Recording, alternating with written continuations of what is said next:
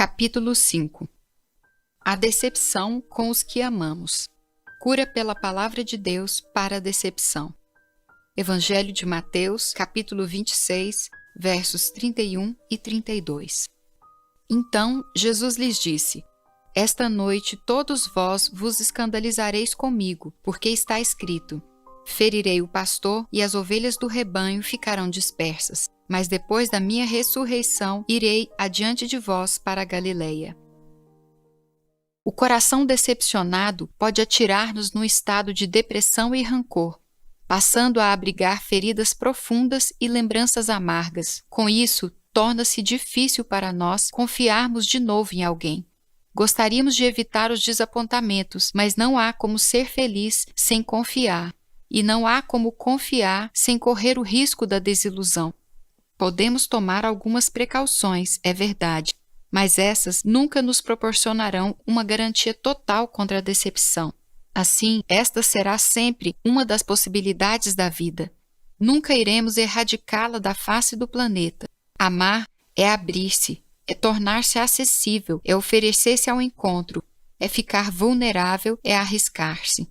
Augusto Gil escreveu: Não há nunca amor perfeito, sem tortura e sem cuidado. Amar é ter Deus no peito, outra vez crucificado. As pessoas que foram mais felizes, as que deixaram marcas mais positivas na história da raça humana, foram as que amaram a muitos e com muita intensidade.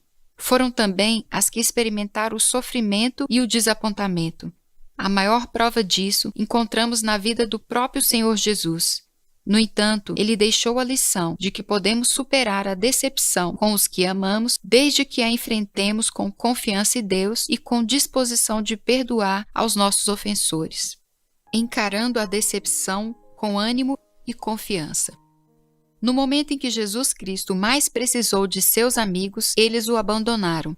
Depois de tudo o que fizera por eles, tudo o que lhes ensinara, tudo o que passaram juntos, eles o deixaram. O Senhor não pôde contar com a solidariedade dos discípulos no instante mais difícil de toda a sua vida. Enquanto o Mestre orava e agonizava no Getsêmani, eles dormiam. Lucas 22, de 39 a 46. Enquanto ele era preso e agredido pelos soldados, eles fugiam. Marcos 14, de 43 a 52. Enquanto as autoridades o inquiriam, eles o negavam. João 18, de 13 a 27. Que decepção! Que triste retribuição ao carinho e à confiança do Senhor! Que recompensa negativa para a sua disposição de morrer no lugar deles na cruz! Não obstante, Jesus foi capaz de transformar aquela provação em vitória, superou aquele desapontamento sem permitir que isso destruísse seu relacionamento com os amigos e não abandonou seu propósito de estabelecer novas relações com outras pessoas no futuro. Cristo previu que seria preso e crucificado. Previu também que os discípulos o abandonariam. Então, Jesus lhes disse: Esta noite todos vós vos escandalizareis comigo, porque está escrito: Ferirei o pastor e as ovelhas do rebanho ficarão dispersas. Verso 31. Ele se referia a uma profecia messiânica do Velho Testamento, escrita em Zacarias, capítulo 13, versículo 7. Sua morte não foi um acidente, uma fatalidade. Na verdade, foi a razão de sua vinda a este mundo. O bom pastor dá a vida pelas ovelhas, e ele, o nosso pastor ferido, veio dar a sua vida por nós.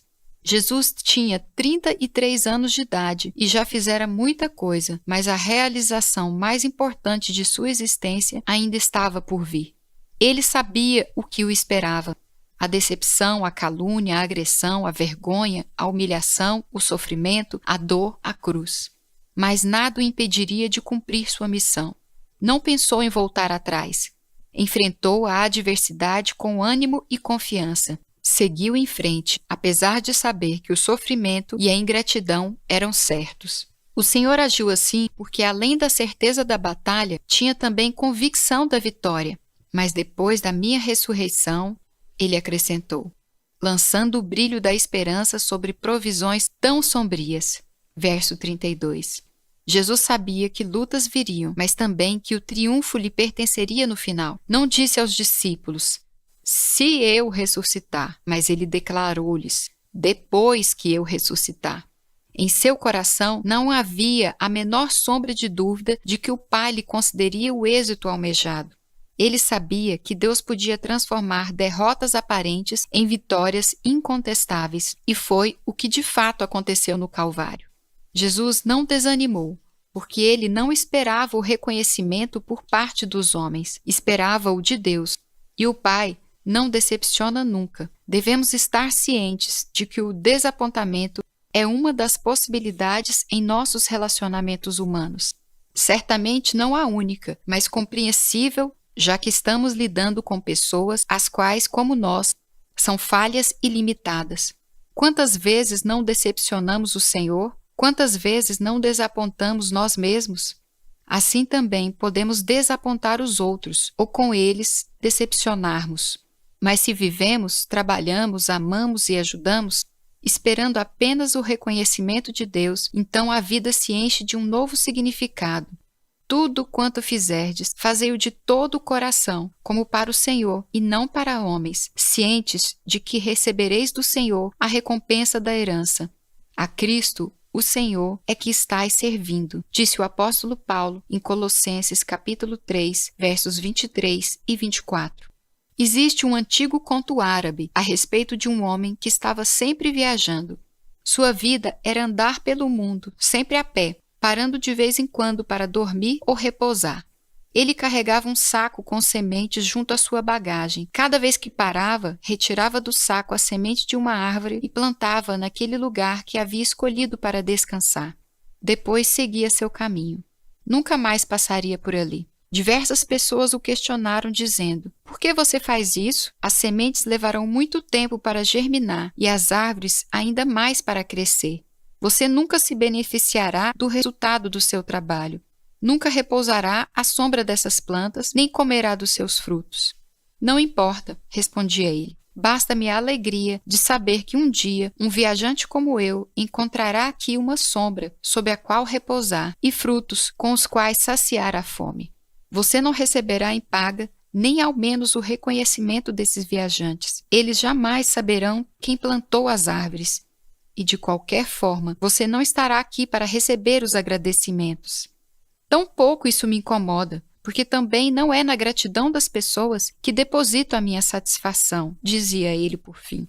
Eu sei o que fiz, em que ajudei, o que dei de mim, contribuí para tornar o mundo um pouco melhor.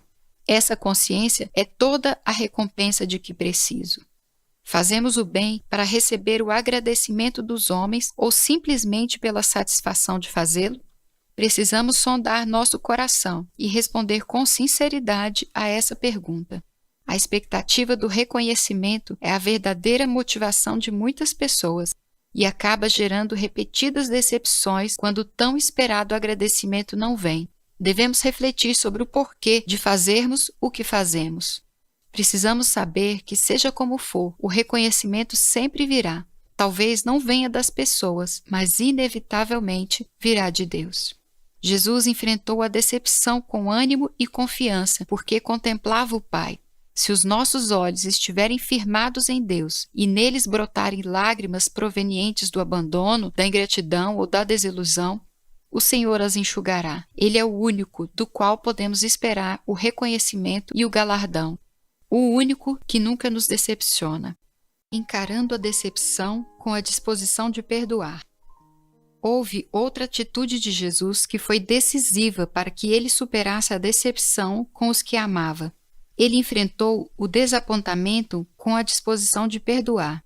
Essa atitude torna possível que um relacionamento abalado pela decepção seja restaurado e até mesmo que venha a tornar-se ainda mais íntimo do que antes.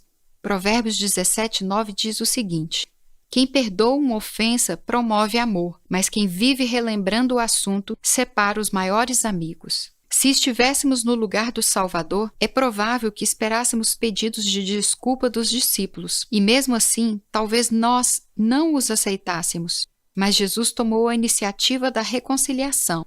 Não esperou que lhe pedissem perdão.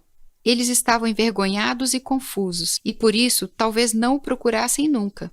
É comum esperarmos que nossos ofensores nos procurem para retratarem-se. E aí fica um esperando pelo outro. Ninguém quer ser o primeiro, ninguém quer humilhar-se, ninguém quer dar o braço a torcer. Com isso, corremos o risco de esperar muito tempo, talvez para sempre. A amargura pode instalar-se e criar raízes profundas. Amizades podem ser irremediavelmente perdidas. O orgulho cobra um preço alto pela sua manutenção, a nossa infelicidade. A palavra adverte, em Hebreus 12, versículo 15. Atentando diligentemente para que ninguém seja faltoso, separando-se da graça de Deus, nem haja alguma raiz de amargura que, brotando, vos perturbe e, por meio dela, muitos sejam contaminados.